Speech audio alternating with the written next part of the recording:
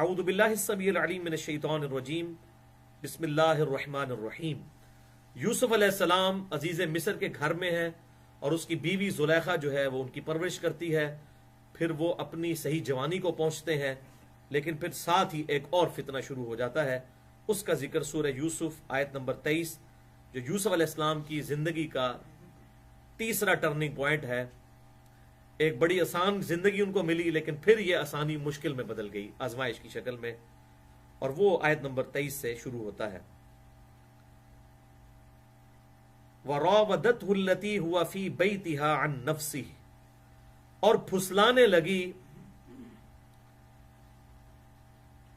وہ عورت کہ جس کے گھر میں یوسف علیہ السلام رہ رہے تھے، اپنے نفس کی پیروی کرتے ہوئے۔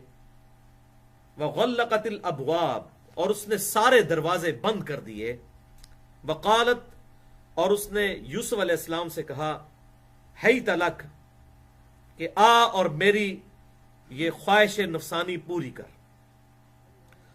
اب اندازہ کریں کہ زلیخا جو ہے وہ ان کی ماں کی طرح تھی، ظاہر ہے بچپن سے لے کے پالا تھا، تو ایک ماں بیٹے کا رشتہ تھا۔ لیکن جب کسی پر برائی کا غلبہ ہو جائے، شیطان کا غلبہ ہو جائے، تو یہاں تک صورتحال پہنچ جاتی ہے۔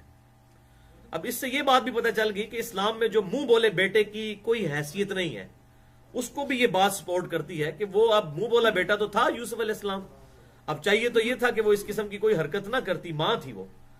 تو یہ منہ بولا رشتہ، منہ بولا بہن بھائی، یہ اسلام میں کوئی کنسیپٹ نہیں ہے، کیونکہ الٹیمیٹلی ان چیزوں کے نقصان ہوتے ہیں، اور وہی نقصان یوسف علیہ السلام کو بھی آزمائش کی شکل میں اٹھانا پڑا۔